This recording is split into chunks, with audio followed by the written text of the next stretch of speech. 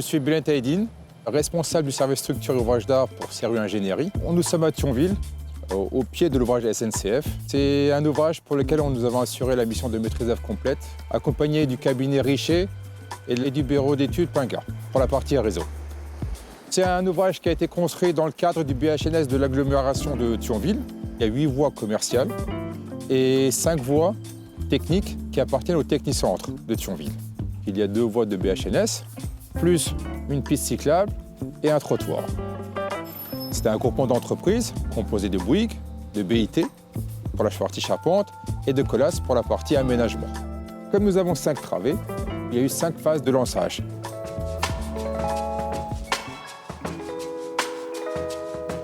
Le deuxième tronçon, qui est courbe et qui ne pouvait pas être lancé de par sa courbure, a été mis en place par l'intermédiaire d'une grosse grue de 650 tonnes. Là-bas, nous voyons l'ascenseur. Alors, comme les rampes ne sont pas PMR, on est au-delà des 4%, on a dû mettre en place cet ascenseur qui permettra aux personnes handicapées de pouvoir accéder et ainsi rejoindre la gare.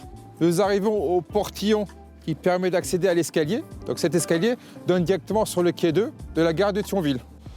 On a un bel aperçu sur la partie courbe du tablier principal. C'est une particularité très forte de cet ouvrage parce que voilà, on obtient pratiquement un virage à 90 degrés. C'est très peu courant sur les ouvrages d'art. Le nouveau pont Konrad Adenauer a une longueur totale de 158 mètres. Il est bordé par 2 ouvrages d'accès en béton. Alors un premier portique côté gare qui a 12 mètres de portée et un autre ouvrage, donc côté Thionville, dont la portée est de 20 mètres.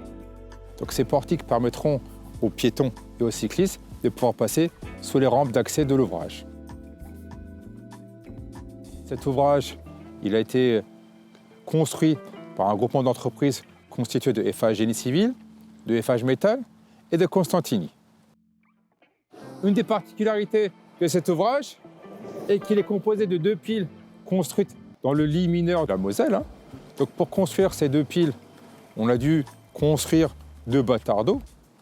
Une fois ces bâtards d'eau construits, l'entreprise a réalisé 2 estacades métalliques. À partir de là, donc, la construction devient traditionnelle.